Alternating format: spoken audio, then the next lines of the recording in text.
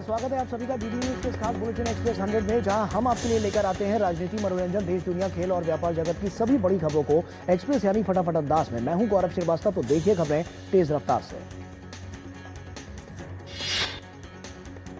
राष्ट्रपति द्रौपदी मुर्मू आज यूपी के पिपरी भटहट में महायोगी गुरु गोरखनाथ आयुष विश्वविद्यालय का उद्घाटन करेंगी। राष्ट्रपति द्रौपदी मुर्मू महायोगी गोरखनाथ विश्वविद्यालय गोरखपुर के ऑडिटोरियम, शैक्षणिक ब्लॉक और पंचकर्म केंद्र का भी उद्घाटन और नवीन बालिका छात्रावास का शिलान्यास भी करेंगी। नए आपराधिक कानूनों के सफलतापूर्वक 1 वर्ष पूरे हो गए हैं। केंद्रीय गृह मंत्रालय ने पिछले साल 3 नए आपराधिक कानूनों, भारतीय नागरिक सुरक्षा संहिता, भारतीय न्याय संहिता और भारतीय साक्ष्य अधिनियम को लागू करने की घोषणा की, जो 1 जुलाई 2024 से प्रभावी हुए। इन कानूनों का उद्देश्य पीड़ित को त्वरित न्याय दिलाना है। केंद्रीय गृह मंत्री अमित शाह नए आपराधिक कानूनों के सफलतापूर्वक 1 वर्ष पूर्ण होने के उपलक्ष्य में नई दिल्ली में आयोजित होने वाले कार्यक्रम में मुख्य अतिथि होंगे। केंद्रीय वित्त मंत्री निर्मला सीतारमण ने स्पेन के सेविले में FFD4 बैठक के दौरान पेरू के विदेश मंत्री एल्मर शियालर साल्सेडो से मुलाकात की और इस दौरान दोनों देश नेताओं ने फिनटेक, व्यापार, निवेश, खनन एवं रक्षा के क्षेत्र में रणनीतिक साझेदारी को मजबूत करने के साथ साथ बुनियादी ढांचा परियोजनाओं, विशेष रूप से रेलवे में सहयोग की संभावनाओं पर चर्चा की। केंद्रीय वित्त मंत्री निर्मला सीतारमण 5 जुलाई तक स्पेन, पुर्तगाल और ब्राजील की आधिकारिक यात्रा पर रहेंगी। विदेश मंत्री डॉक्टर एस जयशंकर अमेरिका के वॉशिंगटन डीसी पहुंचे। इससे पहले विदेश मंत्री डॉक्टर एस जयशंकर ने न्यूयॉर्क में संयुक्त राष्ट्र मुख्यालय में एक प्रदर्शनी का उद्घाटन किया। इस प्रदर्शनी का विषय आतंकवाद की मानवीय कीमत था। कार्यक्रम को संबोधित करते हुए विदेश मंत्री ने आतंकवाद के सभी रूपों से लड़ने की भारत की प्रतिबद्धता को एक बार फिर से दोहराया। इसके साथ ही उन्होंने संयुक्त राष्ट्र सुरक्षा परिषद की ओर से पहलगाम हमले की निंदा किए जाने की भी सराहना की। विदेश मंत्री क्वाड विदेश मंत्रियों की बैठक में हिस्सा लेने के लिए अमेरिका के दौरे पर गए हैं।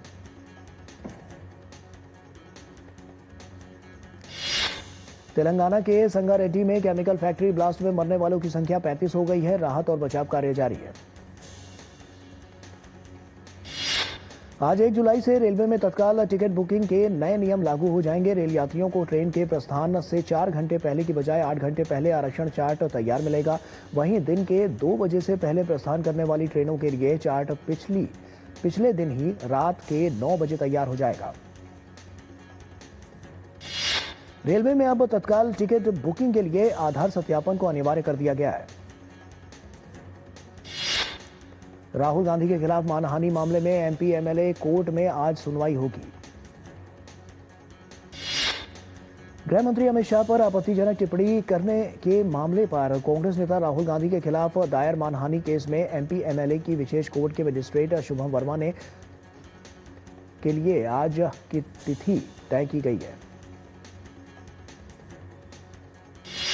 भारतीय नौसेना को एक अत्याधुनिक व बेहद शक्तिशाली युद्धपोत तमाल आज मिलने जा रहा है और ये युद्धपोत ब्रह्मोस सुपरसोनिक क्रूज मिसाइल से लैस है, जिसमें वर्टिकल लॉन्च सतह से हवा में मार करने की क्षमता है। भारत सरकार की आत्मनिर्भर भारत और मेक इन इंडिया पहल के अनुरूप इस युद्धपोत में 26 स्वदेशी उपकरण लगाए गए हैं। इन उपकरणों में समुद्र और जमीन पर लक्ष्य भेदने में सक्षम ब्रह्मोस सुपरसोनिक क्रूज मिसाइल भी शामिल है। तमाल नाम देवताओं के राजा इंद्र की युद्ध में इस्तेमाल होने वाली पौराणिक तलवार से प्रेरित है और यह भारतीय और रूसी युद्धपोत निर्माण की सर्वोत्तम तकनीकों का प्रतीक है।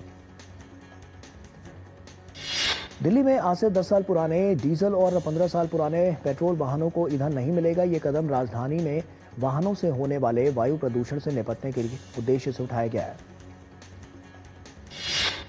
इसके लिए परिवहन विभाग ने दिल्ली पुलिस, ट्रैफिक पुलिस और MCD कर्मचारियों के साथ मिलकर योजना तैयार की है।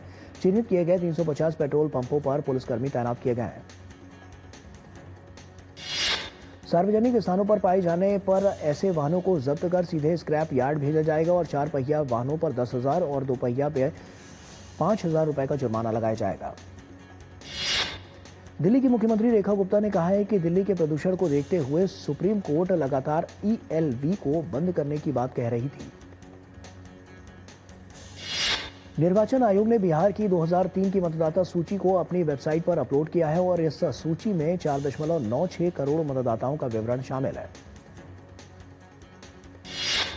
वरिष्ठ आईपीएस अधिकारी रवादा ए चंद्रशेखर केरल के पुलिस महानिदेशक सह राज्य पुलिस प्रमुख का कार्यभार संभालने के लिए तिरुवनंतपुरम स्थित पुलिस मुख्यालय पहुंचे। भारत हेल्थ इनोवेशन और वैक्सीन के क्षेत्र में ग्लोबल लीडर है। दुनिया के हर 3 में से 2 बच्चों को भारत में बनी वैक्सीन लगती है।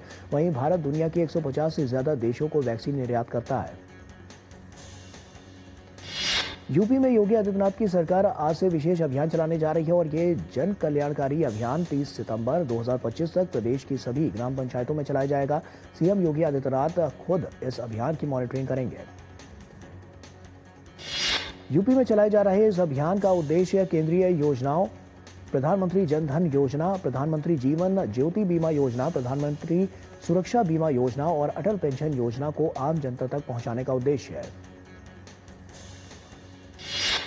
योगी सरकार 1 से 7 जुलाई तक धूमधाम से वन महोत्सव शुरू करने जा रही है। वन महोत्सव के साथ ही वर्षा काल 2025 में पूरे प्रदेश में 35 करोड़ पौधे लगाए जाएंगे। उत्तर प्रदेश माध्यमिक शिक्षा परिषद ने निर्णय लिया है कि 1 जुलाई 2025 से राज्य के सभी मान्यता प्राप्त स्कूलों में ऑनलाइन उपस्थिति प्रणाली को अनिवार्य रूप से लागू किया जाएगा। भारत, जापान, अमेरिका और ऑस्ट्रेलिया के तटरक्षकों ने पहली बार क्वाड एट सी शिप ऑब्जर्वर मिशन की शुरुआत की है और इसका उद्देश्य हिंद प्रशांत क्षेत्र में समुद्री सुरक्षा और परस्पर संचालन क्षमता को सुदृढ़ करना है और ये मिशन विल्मिंगटन घोषणा के तहत आरंभ किया गया है। एनएचएआई ने आगामी कांवड़ यात्रा की तैयारियों की समीक्षा बैठक की है। एनएचएआई ने के अध्यक्ष श्री संतोष कुमार यादव ने इस पहल का नेतृत्व किया। बैठक का उद्देश्य कांवड़ यात्रा के मार्ग से संबंधित विभिन्न मुद्दों जैसे जलभराव, गड्ढे, पर्याप्त अतिरिक्त सड़क रोशनी सुनिश्चित करना, राजमार्गों पर अवैध कट, सड़क सुरक्षा उपायों और सड़क संकेतकों का कार्यान्वयन आदि को संबोधित करना था। यूपी में बलिया के किसानों ने सफलतापूर्वक गर्मी प्रतिरोधी सेब के पेड़ उगाए हैं जो 45 से 50 डिग्री सेल्सियस तक के तापमान को सहन कर सकते हैं। केंद्रीय कोयला राज्य मंत्री सतीश चंद्र दुबे ने छत्तीसगढ़ के कोरबा में दीपका खदान का दौरा किया और कर्मचारियों से मुलाकात की और उनके साथ क्रिकेट भी खेला। जम्मू कश्मीर के पुंछ में नियंत्रण रेखा के पास गुरुद्वारा साहिब में निःशुल्क चिकित्सा शिविर का आयोजन किया गया। भाजपा कार्यकर्ताओं ने कर्नाटक के बेलगावी में गौरक्षकों पर कथित हमला मामले में न्याय की मांग को लेकर विरोध प्रदर्शन किया। महामंडलेश्वर स्वामी कैलाशानंद गिरी उज्जैन के महाकालेश्वर मंदिर पहुंचे और भस्म आरती में शामिल हुए। नोएडा से सटे गाजियाबाद में चौपला हनुमान मंदिर क्षेत्र के पास दुकानों में आग लग गई। दमकल की गाड़ियां मौके पर पहुंची। अहमदाबाद नगर निगम ऑपरेशन सिंदूर की याद में सिंदूर वन बनाएगा। श्री अमरनाथ यात्रा की शुरुआत 3 जुलाई से होने जा रही है। ऐसे में प्रशासन और सुरक्षा बल तैयारियों में जुटे हुए हैं। श्रद्धालुओं की सुविधा और सुरक्षा को प्राथमिकता में रखा गया है। मध्य प्रदेश के बैरागढ़ में एक फैक्ट्री में भीषण आग लग गई। दमकल की गाड़ियां मौके पर पहुंच चुकी हैं और आग बुझाने का प्रयास जारी है। मौसम विभाग ने उत्तर पश्चिम भारत, मध्य पूर्वी भारत के कई हिस्सों में अगले 5 से 6 दिनों के दौरान सक्रिय मानसून की स्थिति जारी रहने की संभावना जताई है। मौसम विभाग ने आज उत्तराखंड, पश्चिमी उत्तर प्रदेश, बिहार, मध्य प्रदेश, छत्तीसगढ़ और ओडिशा के कुछ स्थानों पर भारी से बहुत भारी बारिश होने की संभावना जताते हुए ऑरेंज अलर्ट जारी किया है। हिमाचल प्रदेश, पंजाब, हरियाणा, पूर्वी राजस्थान, गुजरात, उत्तर कर्नाटक, कोंकण, झारखंड, पश्चिम बंगाल और पूर्वी उत्तर प्रदेश में भी भारी बारिश का असर देखने को मिलेगा। इन राज्यों में गरज के साथ आकाशीय बिजली भी देखने को मिल सकती है।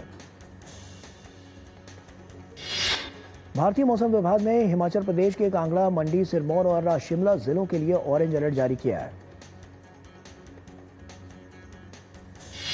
हिमाचल प्रदेश के मंडी में बादल फटा, वहीं कांगड़ा, बिलासपुर, सोलन, शिमला, हमीरपुर और चंबा जैसे जिलों में अलग अलग स्थानों पर मूसलाधार बारिश देखी गई। हिमाचल में चंबा, सोलन और कुल्लू के लिए येलो अलर्ट जारी किया गया है। भारी बारिश और सुरंगों के आसपास भूस्खलन के कारण कुल्लू और मनाली को मंडी से जोड़ने वाले राष्ट्रीय राजमार्ग 21 पर यातायात अवरुद्ध है। सैनी और बंजार के बीच राष्ट्रीय राजमार्ग 305 पर सड़क मरम्मत के लिए यातायात रोका गया। हिमाचल प्रदेश में भारी बारिश के बाद ब्यास नदी का जलस्तर काफी बढ़ गया है। इसे देखते हुए प्रशासन ने रेड अलर्ट जारी किया है। हिमाचल प्रदेश के मंडी में भारी बारिश से घरों में पानी घुस गया है। मंडी जिले के प्रभावित क्षेत्रों में सभी स्कूलों में आज छुट्टी घोषित कर दी गई। हिमाचल का मंडी जिला सबसे अधिक प्रभावित है और यहां 4 जगह बादल फटा है, जिससे जनजीवन अस्त व्यस्त हो गया है। राहत बचाव कार्य जारी है।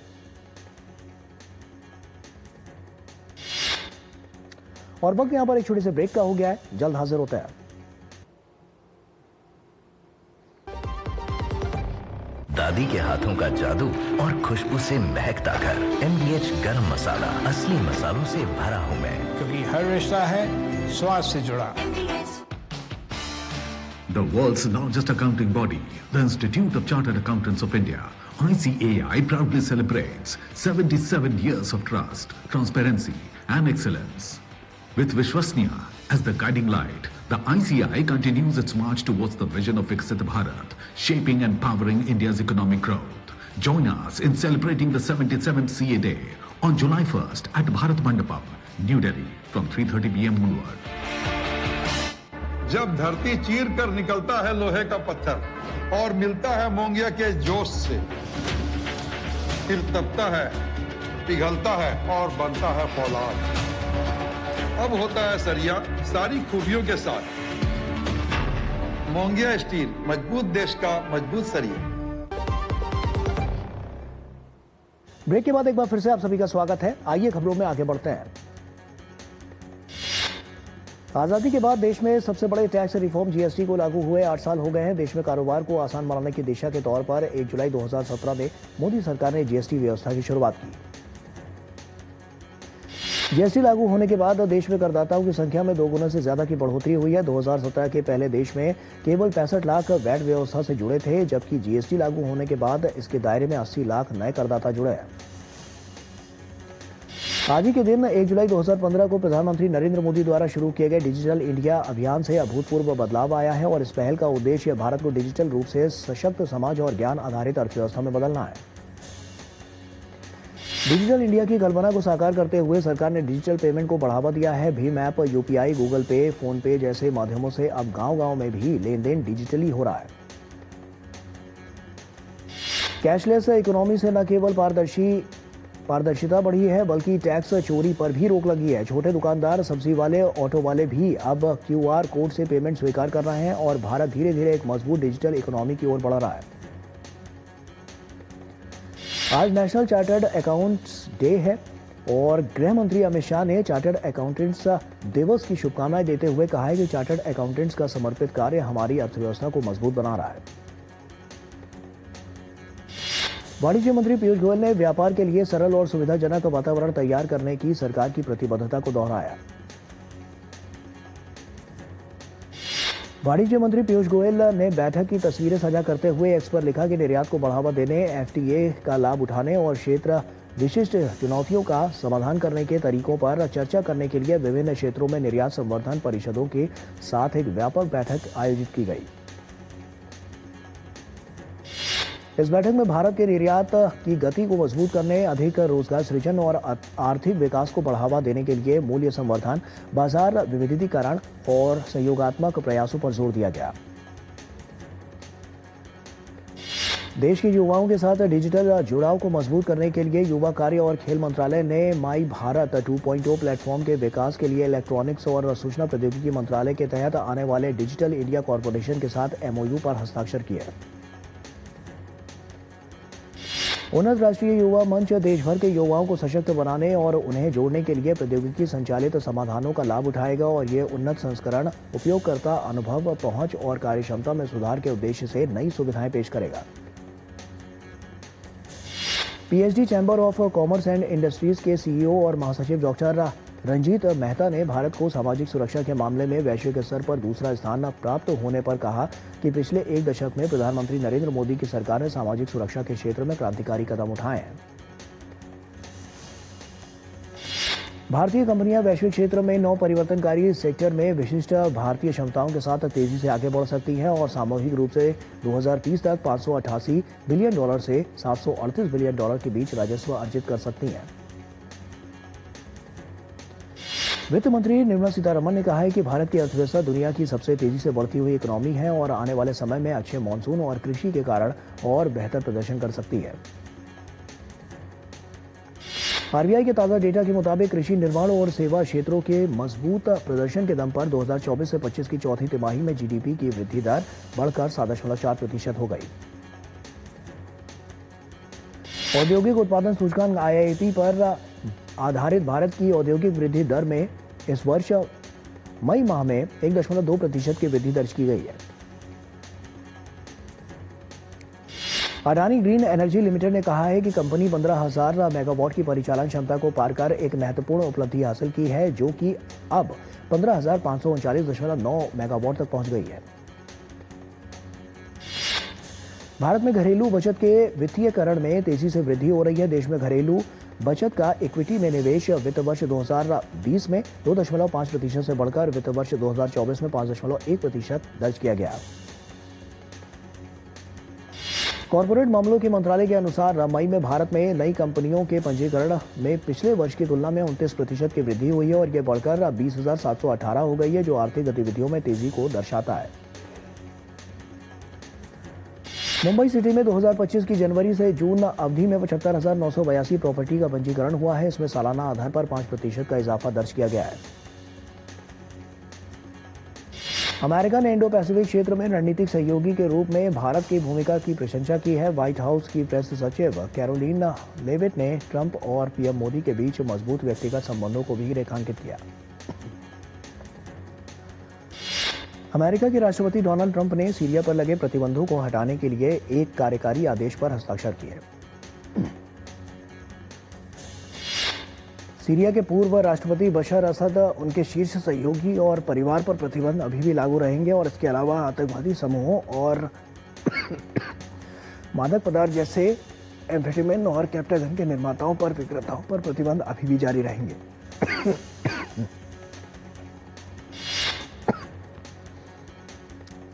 व्हाइट हाउस की प्रेस सचिव कैरोलिन लेविट ने कहा है कि अमेरिकी राष्ट्रपति डोनाल्ड ट्रंप इस हफ्ते अपनी व्यापार टीम के साथ बैठक करने की योजना बना रहे हैं।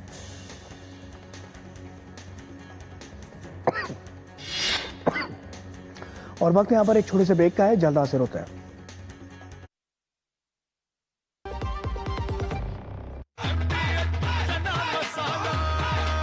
अब छोलिया हो या लोबिया, सफेद चने या काले चने, सब कुछ मजेदार बने।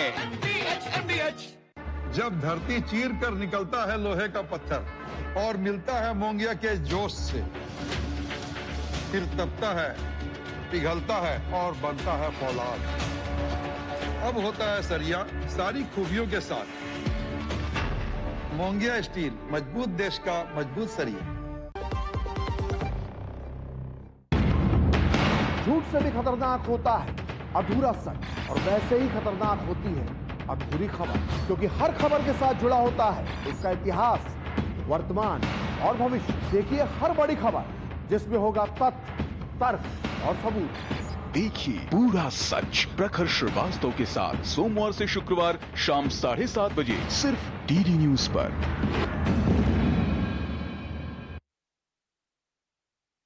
जिंदगी एक गणित है और भविष्य एक कैलकुलेशन। आपके चारों तरफ तैरती हुई खबरें एक मकड़जाल की तरह है। देखते तो हम बहुत कुछ हैं, लेकिन सच कितना जानते हैं, क्योंकि सच तालों में बंद है। इसी सच को हम आपके लिए डीकोड करेंगे।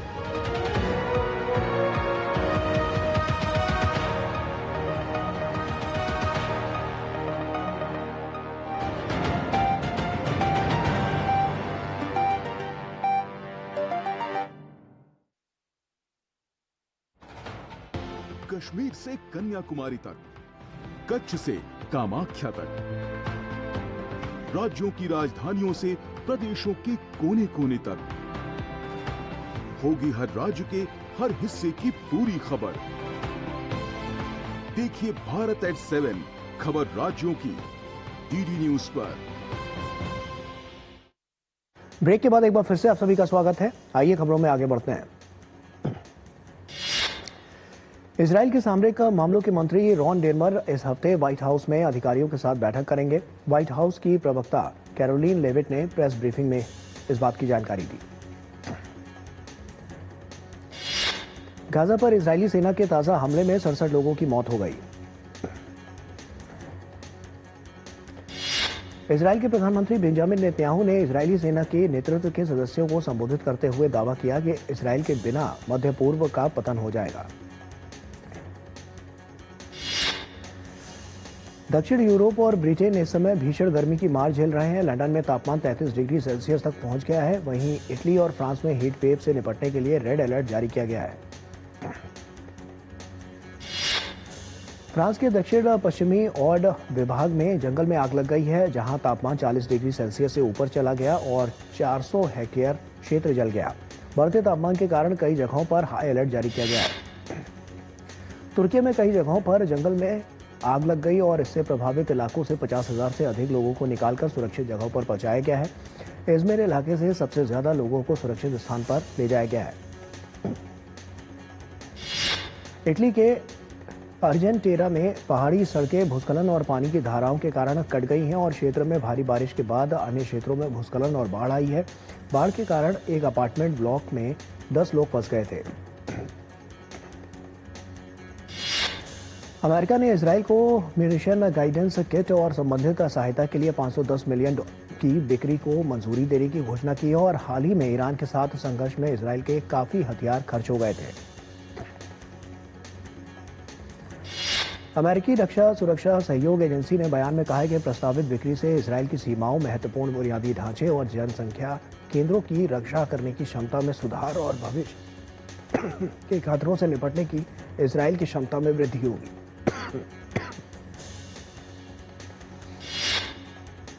उत्तरी इडाहो में पुलिस ने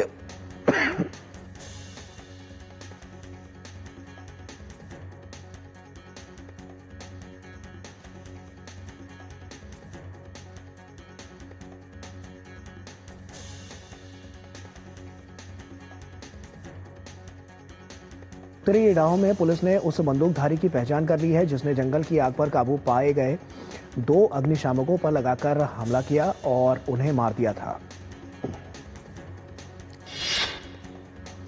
तुर्की के अधिकारियों ने 2 कार्टूनिस्टों और व्यंग्य पत्रिका के संपादक को हिरासत में लिया है, जिसमें पैगंबर मूसा और मोहम्मद को आसमान में हाथ मिलाते हुए दिखाया था।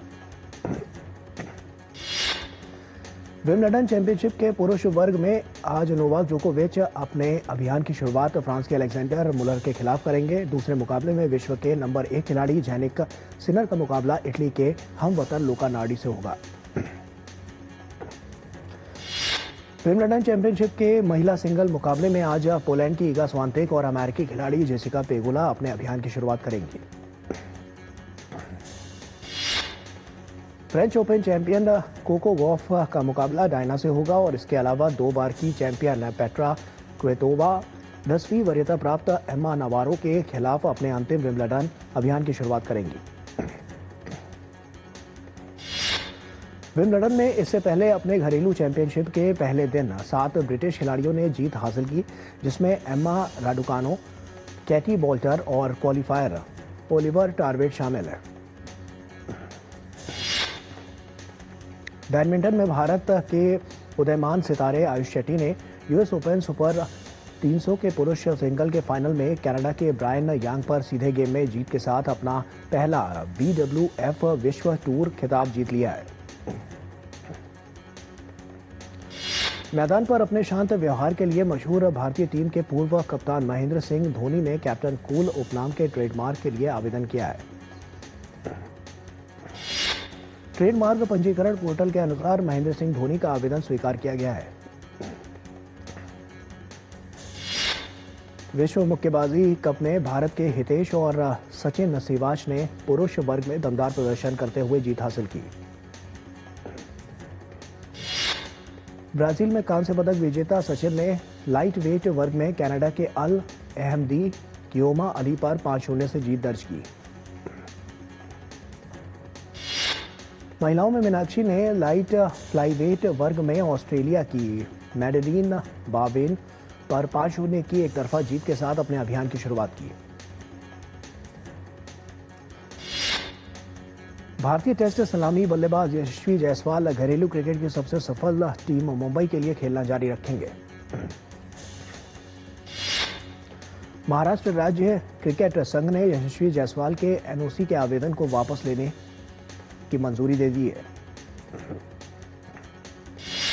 भारतीय भाला फेंक एथलीट किशोर जेना तकनीकी चोट के चलते नीरज चोपड़ा क्लासिक 2025 से बाहर हो गए। किशोर जेना की गैर मौजूदगी में अब यशवीर सिंह को टीम में जगह दी गई है। नीरज चोपड़ा क्लासिक 2025 प्रतियोगिता पहले 24 मई को होनी थी, लेकिन सुरक्षा कारणों से इसकी तारीख बदलकर अब 5 जुलाई कर दी गई है। यह मुकाबला बेंगलुरु के श्री कांतिरवा स्टेडियम में आयोजित होगा।